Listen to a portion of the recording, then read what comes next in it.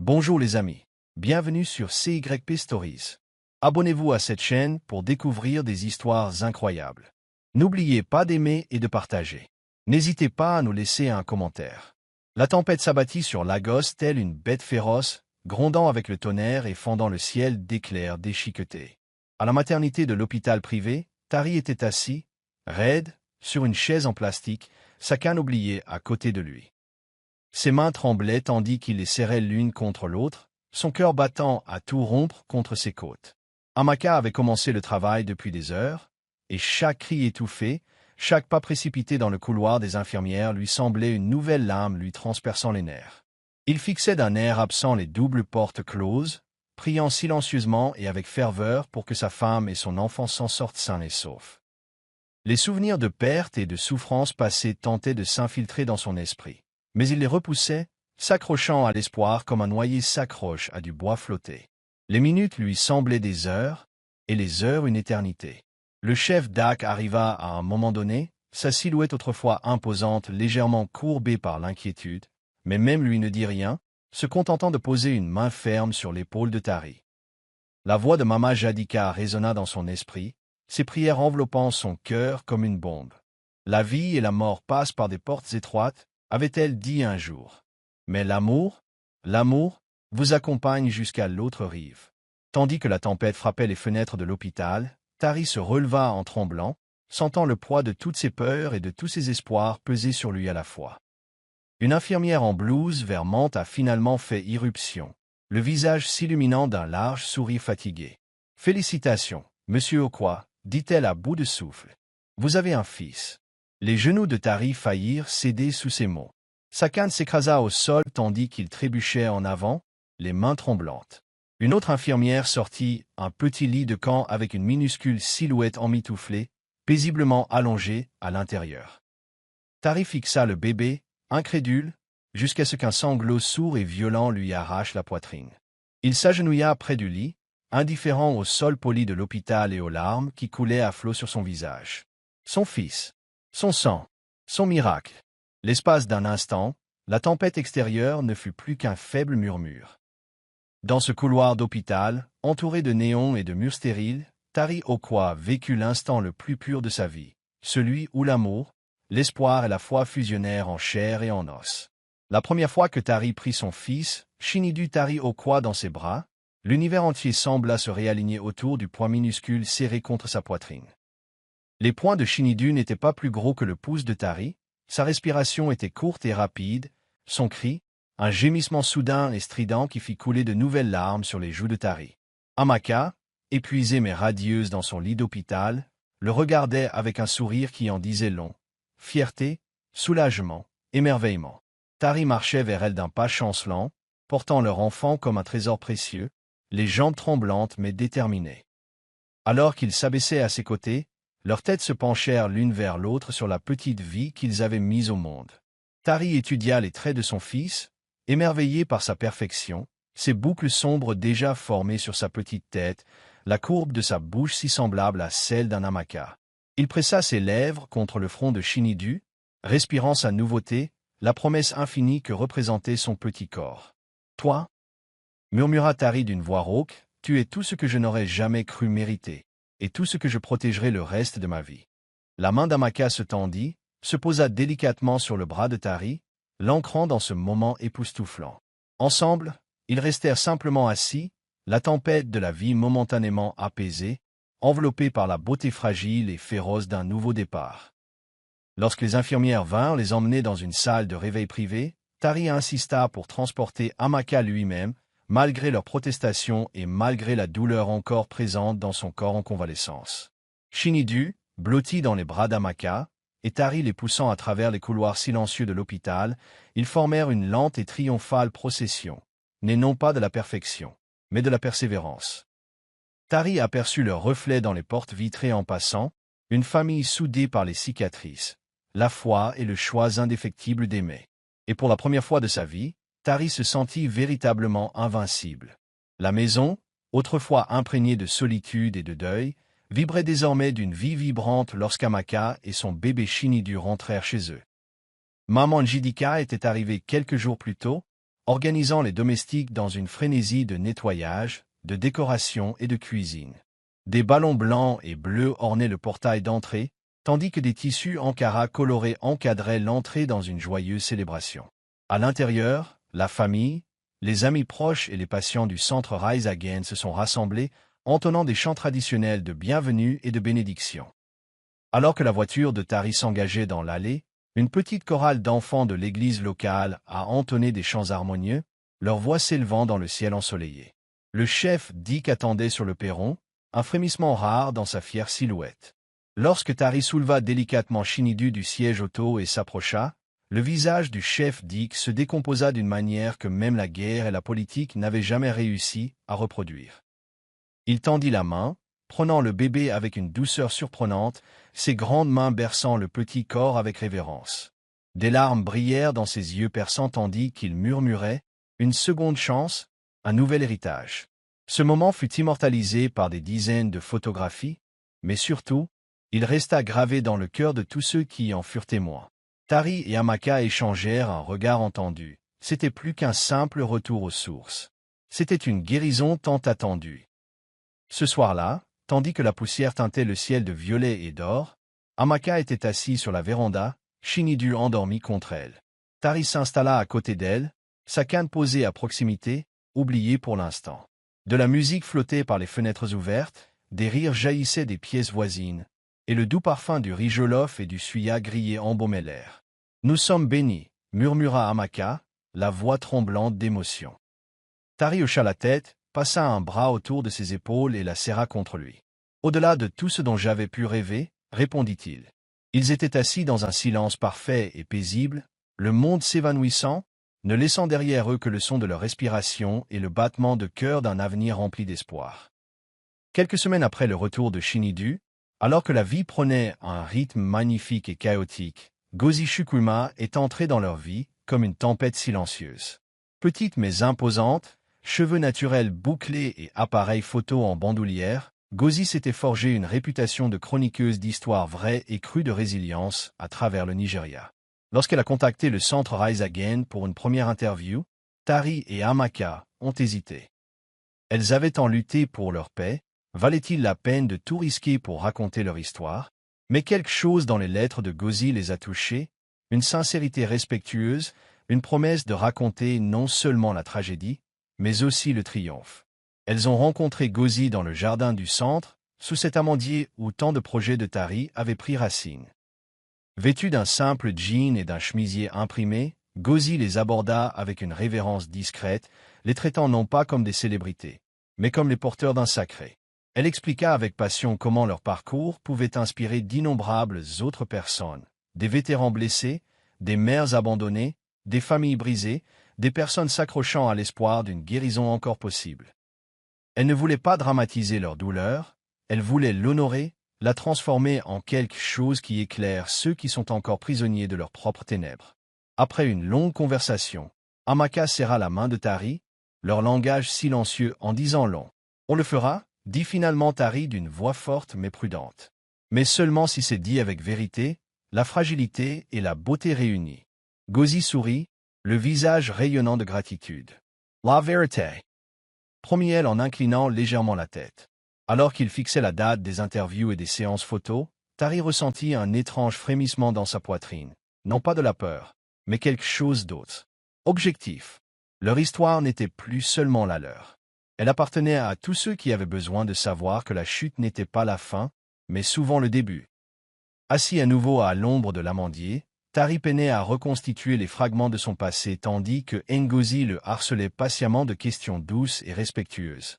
Au début, les souvenirs lui revenaient facilement. Ses prix d'architecture, ses voyages à travers l'Afrique, son mariage avec Linda lors d'une cérémonie qui avait autrefois ressemblé au début d'un conte de fées. Mais lorsque Ngozi l'interrogea sur l'accident, sur ses conséquences, le silence qui s'installa fut si pesant qu'il sembla imprégner la terre elle-même. Les doigts de Tari agrippèrent l'accoudoir de son fauteuil, sa respiration était saccadée, l'air environnant chargé d'émotions qu'il avait passé des années à enfouir. Douloureusement, à contre-cœur, il parla de son réveil paralysé, de l'éloignement croissant de Linda, du jour où elle était partie sans même un regard en arrière. Amaka resta assise à ses côtés tout le temps, sa main fermement ancrée sur son genou tremblant. Quand Ngozi l'interrogea sur le point le plus bas, la voix de Tari se brisa. Il avoua les moments où le désespoir lui murmurait que la vie ne valait plus la peine de se battre, les nuits où les murs de la maison se refermaient sur lui comme un cercueil. Ses yeux brillèrent en se rappelant la gentillesse discrète d'Amaka, les tasses de thé laissées intactes devant sa porte, la musique qu'elle jouait devant sa chambre, sa présence simple et inébranlable qu'il avait lentement tirée du gouffre. Raconter cette histoire à voix haute lui a dissipé toutes les illusions qu'il s'était faites sur sa force et a mis à nu la réalité crue et confuse de la survie. Et pourtant, tandis que les mots résonnaient, un étrange sentiment de libération s'est emparé de lui, comme si le fait d'exprimer sa douleur avait relâché son emprise. À la fin de l'entretien, le soleil était bas dans le ciel, projetant une lumière dorée sur le jardin. Ngozi rangea son bloc-notes avec révérence, comme si on lui avait confié quelque chose de sacré. Tari se renversa dans son fauteuil, épuisé mais plus léger. Amaka se tourna vers lui et l'embrassa délicatement sur le front. « Tu n'étais pas brisé » murmura-t-elle. « Toi saigne, mais toi guéri. » Pour la première fois depuis longtemps, Tari y croyait. Ses cicatrices n'étaient pas laides, elles prouvaient qu'il avait survécu à ce qui tentait de le tuer. Tandis qu'Amaka le ramenait à l'intérieur, le rire du petit Shinudu s'échappa du salon. La vie l'attendait, non pas comme un espoir fragile, mais comme une certitude triomphante. Plus tard dans la soirée, alors que le silence régnait dans la maison, Tari et Amaka étaient assis côte à côte sur le balcon de leur chambre, regardant les étoiles se disperser comme des diamants dans le ciel en Lego. Tari se tourna vers Amaka, le cœur lourd de tout ce qu'il avait vécu cet après-midi-là. « Tu étais la lumière, Amaka, » dit-il doucement, la voix rauque d'émotion. « J'étais prisonnière de mes propres ténèbres, et toi, tu refusais de partir. » Amaka sourit doucement et tendit la main pour lui prendre la sienne. « Je ne t'ai pas sauvé, » corrigea-t-elle doucement. « Tu as choisi de vivre. J'étais juste là pour te rappeler que ça en valait encore la peine. » Ces mots, humbles et sincères, l'enveloppaient d'une tendresse qu'aucun grand discours ne pourrait jamais exprimer. En vérité, la force d'Amaka était celle d'une personne discrète, celle qui ne réclamait pas l'attention, ne se vantait pas, mais restait simplement là quand tout s'écroulait. Elle n'avait pas essayé de le guérir ni de le convaincre de guérir. Elle était simplement restée. Elle avait frotté les sols, préparé des repas qu'il ne mangeait pas et murmuré des prières quand il n'avait plus de mots.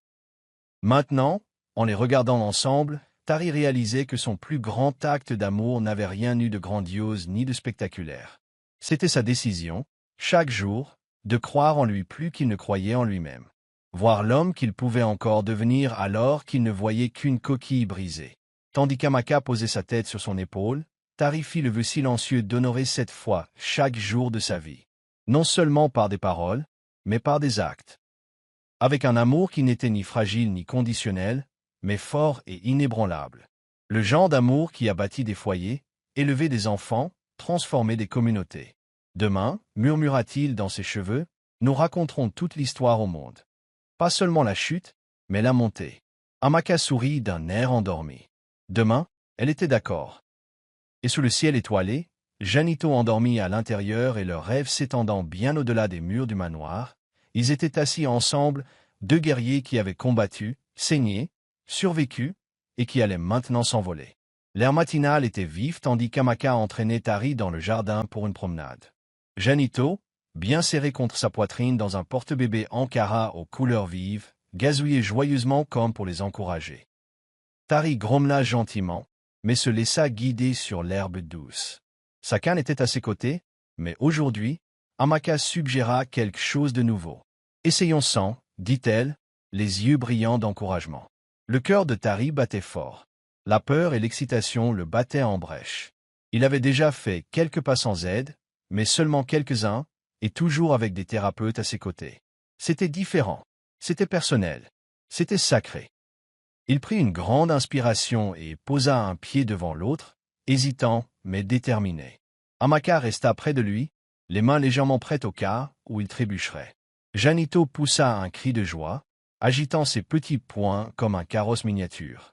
Tari ne put s'empêcher de rire, ce son jaillissant du plus profond de lui-même, le guérissant. Il fit un autre pas, puis un autre. La sueur perlait sur son front, mais il ne s'arrêta pas. Ses jambes brûlaient, ses bras tremblaient légèrement, Mais il avançait toujours, vers sa femme, vers son fils, vers la vie qu'ils construisaient ensemble. Lorsqu'il atteignit enfin le manguier, il s'appuya contre son tronc robuste, riant et haletant, tandis qu'Amaka se précipitait pour le serrer fort dans ses bras. « Tu l'as fait » s'écria-t-elle, les larmes aux yeux. Tari l'entoura, elle et Janito, respirant leur parfum, leur chaleur, leur vie. « Nous l'avons fait » corrigea-t-il, la voix étranglée par la gratitude. Sous ce manguier, entouré de leurs rêves et de leur résilience, la famille Okwa a partagé un moment qu'aucun appareil photo ne pouvait capturer, qu'aucun mot ne pouvait décrire pleinement. Il ne s'agissait pas seulement de marcher. Il s'agissait de choisir, chaque jour, de continuer à avancer, même lorsque le passé leur murmurait qu'ils auraient dû abandonner depuis longtemps. Il s'agissait d'amour, celui qui porte, guérit et libère les âmes. La lettre arrivait dans une épaisse enveloppe blanche gaufrée d'or, une invitation formelle et élégante qui laissa Tari et Amaka se regarder avec incrédulité. Le Centre de réadaptation Rise Again avait été nominé pour le prestigieux prix national d'excellence humanitaire, une distinction habituellement réservée aux riches philanthropes et aux ONG renommés. Pour un centre né d'un chagrin personnel et de débuts modestes, c'était une reconnaissance bien au-delà de tout ce dont ils avaient osé rêver.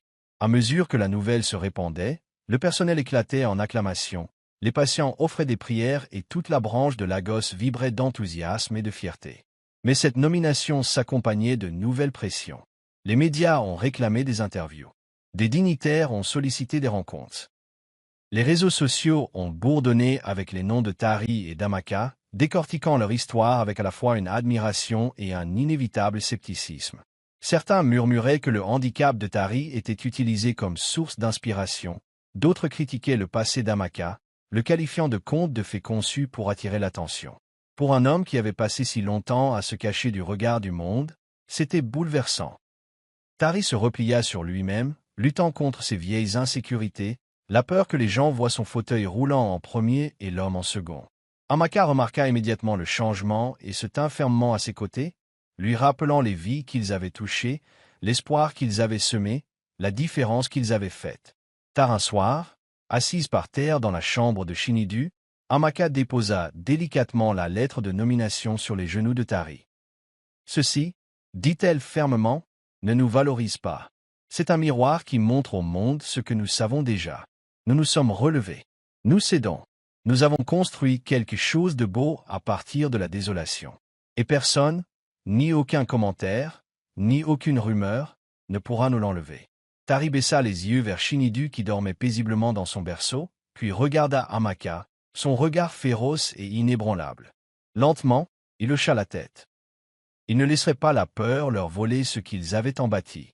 Ils entreraient dans cette cérémonie, la tête haute, les mains jointes, et ils le feraient pour chaque âme qui luttait encore pour croire en l'espoir. À l'approche de la cérémonie de remise des prix, Tari fut envahi par un doute inattendu. Il restait éveillé la nuit, les yeux fixés au plafond, tandis qu'Amaka et Shinidu dormaient paisiblement à ses côtés. Son esprit repassait chaque poignée de main maladroite, chaque regard prolongé, chaque conversation chuchotée qui suggérait qu'il n'était guère plus qu'un modèle d'inspiration. Malgré tous ses efforts, il ne parvenait pas à se défaire du sentiment que le monde privilégiait toujours son fauteuil roulant et tout le reste. Ses accomplissements, ses rêves, et même son mariage avec Amaka, étaient parfois assombris par le poids de la pitié qu'il craignait que les autres ne portent à son égard. Cette pensée assommait sa confiance retrouvée, la sapant de l'intérieur. Lors d'une réunion stratégique pour Rise Against Expansion, les doutes de Tari ont surgi de manière inattendue. Lorsqu'un donateur potentiel a qualifié le centre de « projet miracle de bien-être » de Tari, il s'est excusé et n'est jamais revenu. Amaka l'a retrouvé plus tard, assis dans leur voiture, le regard perdu dans le vide à travers le pare-brise. Lorsqu'elle monta à côté de lui, il ne la regarda pas. « Et s'ils avaient raison ?» demanda-t-il d'une voix basse et brisée. « Et s'ils ne voyaient qu'un infirme essai ?» ANT de se rendre utile, Amaka ne répondit pas immédiatement. Elle tendit simplement la main et la prit, attendant qu'il croise enfin son regard. « Alors, qu'il voit, dit-elle fermement, qu'il voit l'homme qui refusait d'être brisé. Qu'il voit la famille qu'il avait bâtie, les vies qu'il avait touchées. Qu'il voit, et qu'il se trompe. » Ces paroles le pénétrèrent comme l'eau dans un sol desséché. Elles n'ont pas effacé ses peurs, mais elles lui ont rappelé quelque chose de plus profond, quelque chose qu'aucune rumeur ni aucun commentaire ignorant ne pouvait ternir. Il était toujours debout, toujours en marche, toujours en lutte pour des rêves plus grands que lui. Et ce qui comptait pour lui, ses patients, sa famille, sa communauté, le voyaient clairement. Ils virent un homme qui était tombé et s'était relevé plus haut qu'avant. Tari serra la main d'Amaka, sentant la force lui revenir, calme et assuré. « D'accord, murmura-t-il. Alors, qu'il voit. » Il lui embrassa doucement les phalanges, lui promettant silencieusement qu'il ne laisserait pas la peur lui voler ce que l'espoir avait reconstruit. Mama Jadika arriva au manoir sans prévenir, comme toujours, portant un sac de voyage usé par les intempéries, un panier de légumes frais et un arsenal de paraboles glissées dans son tablier. Dès que Tari la vit, un sourire illumina son visage, tel un rayon de soleil après la pluie. Elle souffla lorsqu'on l'introduisit à l'intérieur, se plaignant bruyamment de la chaleur, de la circulation et du bruit de la ville, mais ses yeux pétillaient d'affection. Après avoir échangé des salutations et béni Shinidu pendant près de 10 minutes, elle s'installa dans le salon, commanda du vin de palme et fixa Tari d'un regard impassible. « Tu es troublé, mon fils, dit-elle après un moment de silence, tapotant de son doigt noueux l'accoudoir en bois de sa chaise. Tari ouvrit la bouche pour nier, mais la referma. Impossible d'échapper à la sagesse de Mama Jadika. Lentement, il lui raconta la nomination, l'attention, les doutes qui le tenaillaient. Elle l'écouta en silence, le visage impassible. Lorsqu'il eut terminé, elle se pencha et dit doucement, « Quand un palmier porte des fruits, il se courbe. Il ne se vante pas. Il n'a pas peur. Il donne, tout simplement. » Ces paroles eurent l'effet d'une bombe. « Tu portes du fruit, Tari, continua-t-elle. Ta guérison, ton centre, ta famille, tout cela est le fruit de ton cheminement. Penchez-vous en signe de gratitude. Tenez-vous droit avec détermination. Mais ne laissez jamais, au grand jamais, le bruit du marché étouffer la voix de votre vocation. » Tari cligna rapidement des yeux pour ne pas être submergé par les larmes. La voix de Mama Jadika, rauque par les années mais forte par la foi, touchait des endroits en lui que les mots touchaient rarement. Elle lui rappelait que l'honneur ne venait pas des récompenses ou des gros titres. Cela venait de sa vocation vécue fidèlement, jour après jour. Cette nuit-là, tandis qu'Amaka bordait Shinidu dans son berceau et que la maison s'installait dans un doux silence, Tari s'agenouilla à son chevet et pria. Non pas pour la reconnaissance, ni même pour la force, mais pour l'humilité, la sagesse et le courage de continuer à se relever, quel que soit l'observateur. La grande salle d'Abuja scintillait sous les lustres et les flashs des appareils photo, vibrant du bourdonnement du pouvoir et de l'influence. Tari était assis, raide, dans son fauteuil roulant au premier rang, Amaka à ses côtés, vêtu d'une élégante robe émeraude qui reflétait la lumière à chacun de ses mouvements. Autour d'eux, les personnalités les plus influentes du monde humanitaire et des affaires nigérians se mêlaient et échangeaient des politesses. À l'annonce des catégories de prix, les mains de Tari commencèrent à transpirer. Il serra fermement les accoudoirs de son fauteuil, cherchant à apaiser son cœur. Ce n'était plus la peur de gagner qui le préoccupait, ça ne l'intéressait plus. Il s'agissait de se tenir devant des centaines, voire des milliers de personnes, et de laisser ses cicatrices transparaître sans honte. Lorsque Rise Again a été annoncé finaliste, les applaudissements ont été nourris. Lorsque le présentateur a appelé Tari pour qu'il s'avance et partage quelques mots, il s'est figé. Toutes ses peurs, toutes ses insécurités le submergeaient comme un raz-de-marée. Il peinait à se relever, sa canne vacillant dans sa main. Amaka fut à ses côtés en un instant, le stabilisant. Il la regarda dans les yeux et n'y trouva pas de pitié, mais de la fierté. Pourtant, les mots ne venaient pas. Sa gorge se serra douloureusement, le monde tournoyant légèrement. Sans hésitation, Amaka s'avança, prit le micro et commença à parler. Sa voix, claire et puissante, emplit la salle d'un récit brut, sincère et rayonnant d'espoir. Elle évoqua la chute et l'ascension de Tari, le centre qui offrait une seconde chance, l'amour qui refusait d'abandonner même quand tout semblait perdu. Des larmes brillèrent dans de nombreux yeux tandis qu'elle parlait, y compris ceux de Tari. Lorsqu'elle eut terminé, toute la salle se leva, l'ovation déferlant sur eux comme une puissante vague. Tari serra Amaka contre elle et lui murmura à l'oreille. « Tu m'as porté, encore une fois. » Et tandis qu'ils se tenaient ensemble, entourés d'acclamations et de flashs d'appareils photo, Tari réalisa que peu importait qui prononçait le discours. Leur victoire était partagée, bâtie non pas sur des moments parfaits, mais sur un amour imparfait, tenace et indéfectible. L'élan donné par ce prix ouvrit des portes qui étaient restées longtemps fermées. En quelques semaines, des représentants du gouvernement, des investisseurs privés et des ONG ont inondé Rise Again d'offres de financement pour son expansion nationale. Tari et Amaka se sont montrés prudents, refusant de se laisser séduire par des promesses miroitantes mais sans consistance. Ils ont choisi des partenaires qui partageaient leur vision, qui comprenaient que Rise Again ne se limitait pas à la réhabilitation, mais visait à restaurer la dignité. Bientôt, des projets d'ouverture de nouvelles antennes furent lancés à Kano, Port Harcourt et même dans des zones rurales longtemps délaissées par les systèmes de santé traditionnels. Les réunions devinrent un tourbillon, longues heures, négociations stratégiques, vols interminables entre les villes. Mais malgré tout cela, Tari et Amaka restèrent les pieds sur terre. Chaque décision revenait au cœur de leur mission, servir les oubliés, les brisés, les épuisés. Ensemble, ils visitaient les sites potentiels, marchant main dans la main à travers des bâtiments vides, des terrains poussiéreux et des champs envahis par la végétation, rêvant tout de salles de thérapie, de jardins et d'espaces remplis de rire et de vie. Chaque projet, chaque esquisse, était imprégné de leur sang, de leurs larmes et de leur espoir inébranlable. Le soir, lorsque l'épuisement les pesait comme une lourde couverture, ils s'asseyaient sur leur balcon, sirotant du thé et se tenant la main dans un silence confortable. Ils savaient que le chemin à parcourir ne serait pas facile. La corruption, la bureaucratie et la cupidité feraient leur apparition. Mais ils savaient aussi qu'ils avaient survécu à pire. Ils s'étaient relevés de leurs cendres autrefois, et ils renaîtraient, non seulement pour eux-mêmes, mais pour chaque âme qui avait besoin de la preuve que les choses brisées pouvaient encore être belles. Et tandis que les étoiles tournoyaient au-dessus d'eux, témoins silencieux de leur voyage, Tari et Amaka rêvaient de plus grands rêves, non pas pour la gloire ou la fortune, mais pour l'impact, pour l'héritage, pour l'amour. Le succès a apporté avec lui un nouveau type de guerre, menée non pas contre le désespoir ou la solitude, mais contre la bureaucratie, la cupidité et la trahison. Alors que Rise s'étendait à nouveau au-delà de Lagos, Tari et Amaka se retrouvèrent en terrain inconnu.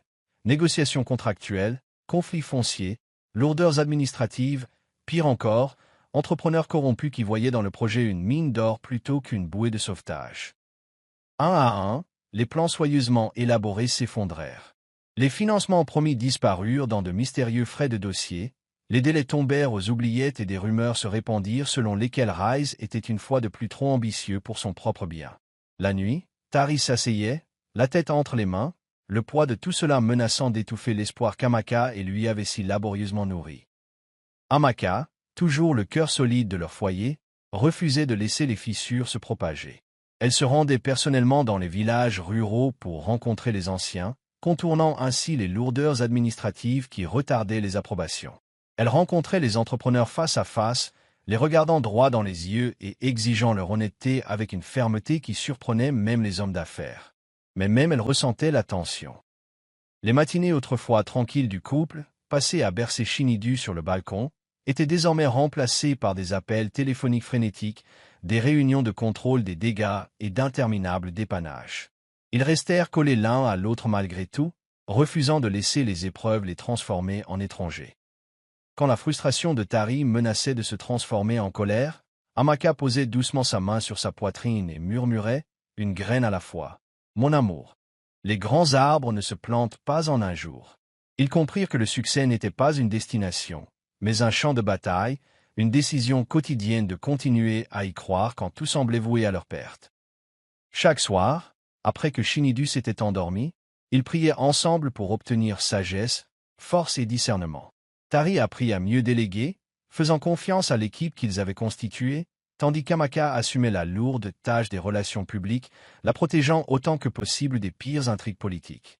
Lentement et laborieusement, ils ont lutté contre les forces qui cherchaient à déformer leurs rêves et à le transformer en quelque chose d'égoïste et de creux. Résurrection ne se contenterait pas de survivre, elle grandirait, mais pas en écrasant les autres. Elle grandirait en les élevant plus haut, même au prix de tout. Il y avait des jours où Tari se demandait si l'ambition n'était pas une malédiction déguisée en bénédiction. Plus Rise prenait de l'ampleur, plus il devenait difficile de protéger le cœur qu'il avait fait naître. Les réunions remplissaient leurs agendas, les donateurs envahissaient leurs boîtes mail et les demandes de patients inondaient leur site web. C'était tout ce qu'ils avaient espéré, et tout ce qui menaçait désormais de voler le rythme simple et sacré de leur vie de famille. Tari regrettait les moments de calme avec Shinidu, les longues promenades dans le jardin avec Amaka, les samedis tranquilles passés à rire sous le manguier. Le succès était arrivé comme une rivière, et il luttait pour ne pas se noyer sous son courant. Amaka, elle aussi, luttait contre la culpabilité. Certaines nuits, elle se faufilait dans la chambre de Shinidu, le regardant dormir, sa petite poitrine se soulevant et s'abaissant, et se demandait s'il sacrifiait son enfance sur l'autel de leur vision. Lors d'une dispute particulièrement houleuse, alors que l'épuisement avait mis sa patience à rude épreuve, Tari l'accusa de se soucier davantage du centre que de leur foyer. Ses yeux s'écarquillèrent de douleur, et avant qu'elle puisse s'excuser, un silence pesant s'abattit entre elles. Il leur fallut des jours, et une conversation larmoyante sous le même amandier où elles avaient autrefois redonné espoir à Tari, pour qu'elle se retrouve. Ce soir-là, elles firent un nouveau vœu.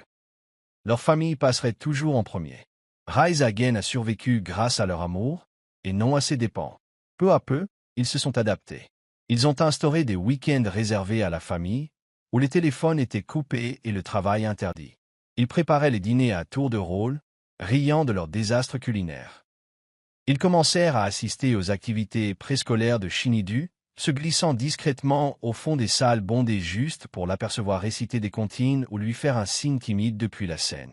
Tari et Amaka apprirent que construire un héritage ne se résumait pas à des réussites monumentales, mais qu'il fallait préserver les moments de calme, les petites joies, les victoires invisibles des jours ordinaires. Ils tiendraient le centre, non pas en faisant tout parfaitement, mais en refusant de renoncer à l'amour qui avait rendu tout possible. Cela arriva sans prévenir. Un instant, le chef Dick régalait une réunion de famille avec l'une de ses célèbres histoires exagérées de bravade militaire. L'instant d'après, il se tenait la poitrine et s'affaissait lourdement sur sa chaise. Le chaos éclata instantanément. Tari et Amaka se précipitèrent à ses côtés tandis que Mama Jadika aboyait des ordres d'une voix inflexible. Shinidu fondit en larmes de peur tandis que la maison se précipitait pour appeler une ambulance. Ces quelques minutes s'étirèrent comme une éternité, chaque seconde chargée de terreur. En attendant l'arrivée des secours, Tari s'agenouilla près de son père, lui serrant la main fermement, murmurant des prières désespérées qu'il parvenait à peine à articuler. À l'hôpital, ils apprirent que le chef Dick avait été victime d'une crise cardiaque mineure, aggravée par une hypertension qu'il avait obstinément ignorée pendant des années. L'opération était nécessaire, mais risquée, vu son âge. Tari était assis à l'extérieur de l'unité de soins intensifs, les mains tremblantes, le souvenir de vieilles disputes et de silences obstinés envahissant son esprit. Tout ce qu'il n'avait pas dit pesait plus lourd que jamais. Avait-il suffisamment remercié son père pour ses sacrifices, sa discipline, son amour dur et parfois incompris? Lui avait-il dit combien son soutien, aussi maladroit et brusque soit-il souvent, avait compté quand le monde semblait déterminé à l'écraser? Tandis que Tari observait les bips des machines et les couloirs stériles autour de lui, il comprit que le moment de parler n'était pas pour demain. C'était maintenant. Lorsque le chef Dick reprit connaissance, Tari s'assit à son chevet, les larmes aux yeux. Les mots jaillirent de lui comme un torrent. Gratitude, excuse, admiration. Le chef Dick écoutait en silence, les yeux brillants. Lorsque Tari eut terminé, le vieux général serra faiblement la main de son fils et murmura. « J'étais fier bien avant que tu ne réapprennes à marcher. Fier de t'être battu, même quand la vie te donnait toutes les raisons de ne pas le faire. » Père et fils pleuraient ensemble, pensant des blessures trop longtemps laissées sans soin. Dans cette chambre d'hôpital stérile et bourdonnante, un autre miracle s'est produit. Celui du pardon, de l'amour inexprimé enfin exprimé, de deux hommes réalisant que la force n'avait jamais consisté à se tenir debout. Il avait toujours été question de refuser de s'effondrer. Le matin de son opération, le chef Dick demanda quelques instants d'intimité avec Tari. Assis sur le lit d'hôpital, paraissant plus petit mais non moins autoritaire, il parla d'une voix basse mais emplie d'une gravité indéniable. « Tu construis quelque chose de plus grand que toi, Tari, » dit-il, la main lourdement posée sur son épaule. « Mais ne laisse jamais la grandeur te voler ton âme. Le pouvoir peut faire oublier qui tu es. » L'héritage ne se résume pas au nombre de personnes qui se souviennent de votre nom. Il s'agit de ceux qui peuvent encore tenir bon parce que vous avez choisi de les édifier plutôt que de vous-même. Ces mots ont imprégné l'esprit de Tari comme des graines qui tombent sur un sol fertile. Le chef Dick se renversa en arrière, le regard pensif. « Tu es un pont, mon fils, continua-t-il. Un pont entre la souffrance et l'espoir. Entre la rupture et la guérison. Construisez des fondations solides. Votre foi, votre famille, votre humilité. Sinon, le poids du succès vous brisera. » Tari hocha la tête, la gorge trop serrée pour parler. Il mémorisa chaque ride du visage de son père, chaque tremblement dans sa voix, chaque leçon contenue dans ces mots simples mais profonds. Le chef dit conclut par un dernier ordre, le même qu'il avait aboyé aux soldats, mais délivré avec la tendresse que seul un père peut rassembler. Marcher avec courage, mais s'agenouiller en signe de gratitude. Lorsqu'ils emmenèrent le chef Dick en fauteuil roulant pour l'opération, Tari resta planté là, le cœur battant, mais empli d'une paix qui le surprit. Quoi qu'il se soit passé dans cette salle d'opération, il savait qu'il avait dit l'essentiel. Il savait qu'il avait écouté. Et surtout, il savait qu'il honorait les leçons qui lui avaient été confiées. Tandis qu'Amaka glissait sa main dans la sienne, et qu'il priait en silence pour l'homme qui avait enfaçonné Tari, il sentit une résolution silencieuse s'installer au plus profond de lui. L'héritage ne se construisait pas seulement dans les grands moments. Tout s'est construit ici, dans les larmes, les prières, le pardon et un amour indéfectible. Et quelles que soient les tempêtes qui l'attendaient, Tari était prête à les affronter. La nuit de l'opération du chef Dick fut longue et intense, rythmée par des prières murmurées et des arpentages silencieux dans les couloirs stériles de l'hôpital. Tari, Amaka et maman Jadika étaient assis côte à côte, chacun luttant contre ses peurs intimes tout en s'efforçant de se donner mutuellement de la force. Lorsque le chirurgien émergea enfin avec un sourire fatigué mais rassurant, le soupir de soulagement collectif qui parcourut la famille était presque palpable. Le chef Dick avait survécu. L'opération s'était bien passée. Pourtant, il était clair qu'il ne retrouverait pas la présence vigoureuse et imposante qu'il incarnait autrefois. Son corps réclamait du repos. Son rôle dans leur histoire passa de général à aîné, guide plus calme et plus sage.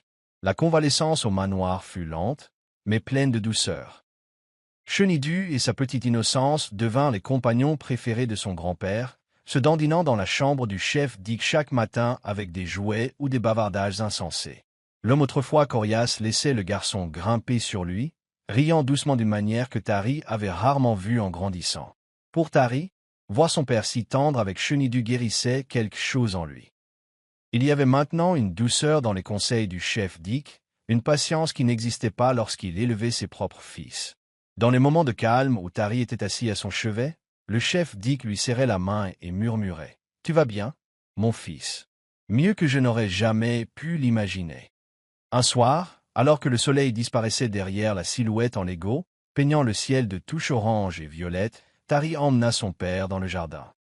Ils restèrent assis dans un silence confortable, regardant Chenidu courir après les lucioles sous l'œil vigilant d'Amacus. Le chef Dick se tourna vers Tari avec un sourire fatigué mais satisfait. « Ceci, dit-il en désignant le garçon rieur et la femme forte qui se tenaient à proximité, est votre véritable réussite.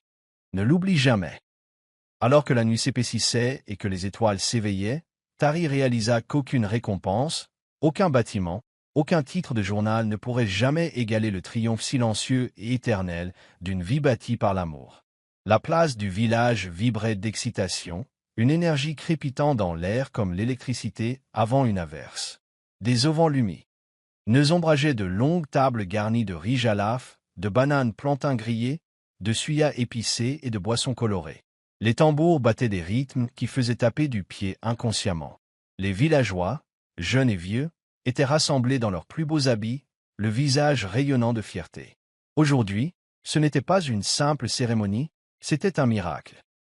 La première antenne rurale du centre de réadaptation Rise Again a officiellement ouvert ses portes, offrant des services thérapeutiques gratuits et subventionnés à ceux qui avaient été autrefois oubliés par le système.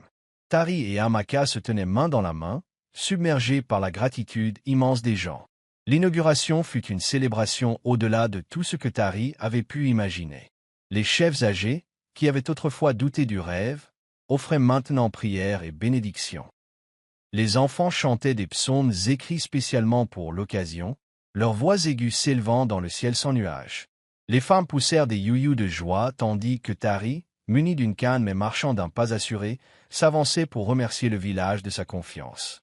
Les larmes lui brouillaient la vue tandis qu'il contemplait une foule remplie non seulement d'admiration, mais aussi de victoires partagées.